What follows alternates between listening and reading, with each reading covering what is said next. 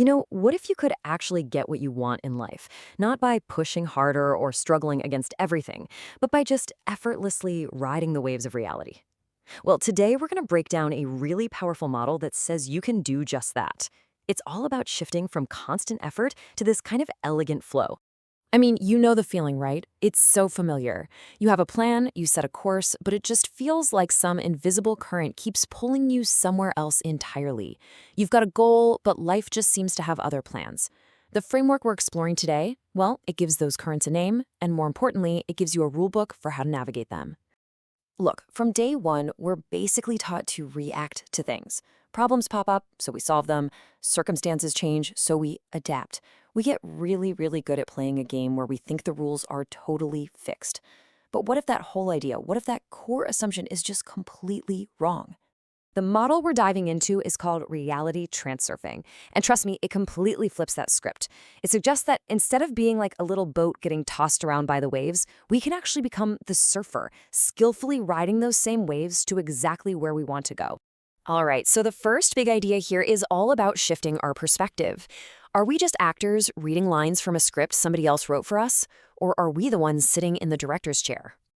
You ever feel like you're just a background character in your own movie? Yeah, that feeling, it comes from this really deep-seated belief that we're the consequence of our circumstances, not the cause. We think life happens to us, and it's exactly this passive stance that the whole transurfing model is designed to just completely dismantle. And this slide just nails the core idea. You don't go out there and fight the ocean. You learn to ride its waves. Think about it. A surfer can't control the water, no way. But they align with its power to get exactly where they want to be. It's all about replacing that brute force with elegance and skill. Okay, so if life's this big ocean, what are we even surfing on? Well, the model proposes a pretty mind-bending concept for what reality itself actually is. Okay, get ready for this, because it's a huge concept. The model calls it the space of variations. I want you to imagine a vast, infinite library.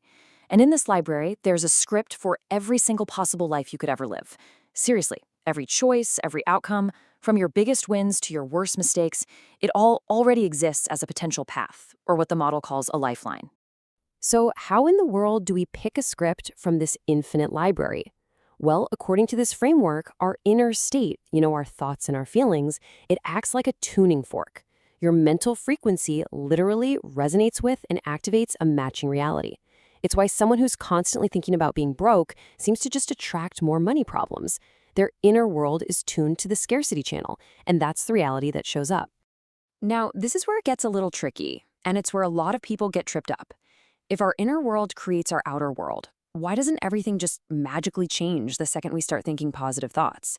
Well, the answer, according to this model, is all about the metaphor of a mirror. This quote just says it all, doesn't it? We look out at the world, we see a reflection we don't like, our current job, our bank account, whatever, and we desperately try to change the reflection itself. We're frantically wiping at the mirror, but we're working on the wrong thing. The stain isn't on the mirror, it's on us. But here's the catch, and this is so important. The mirror has a delay. When you shift your inner state, the mirror of reality doesn't update instantly. There's a time lag. And it's during this lag that most people just lose faith. They think, see, it's not working, and they switch back to their old way of thinking. And in doing that, they just lock the old reflection right back in place. Okay, so understanding the mirror is one thing, but how do we actively choose a new reflection? This brings us to the actual mechanics of intention, which the model breaks down into two very, very different types. So on one side, you've got internal intention. This is what we all know. It's willpower, it's hustle, it's struggle, it's trying to force things to happen. It's like trying to move the pieces on a chessboard. But then there's external intention, which is a whole different ballgame. It's not about pushing, it's about choosing. You don't try to change the board you're on, you just calmly select a different board altogether from that infinite space of variations. And this distinction right here is absolutely crucial. When you desire something, you're actually broadcasting a signal of, I don't have this, right? And the mirror just faithfully reflects that lack back to you. But a choice is different. It's like ordering from a menu. You don't sit there desperately hoping for your food to show up. You just calmly select it, and then you expect it to arrive. That's the vibe. All right, so you've made your choice. You're ready to go. But it's not always a straight line, is it?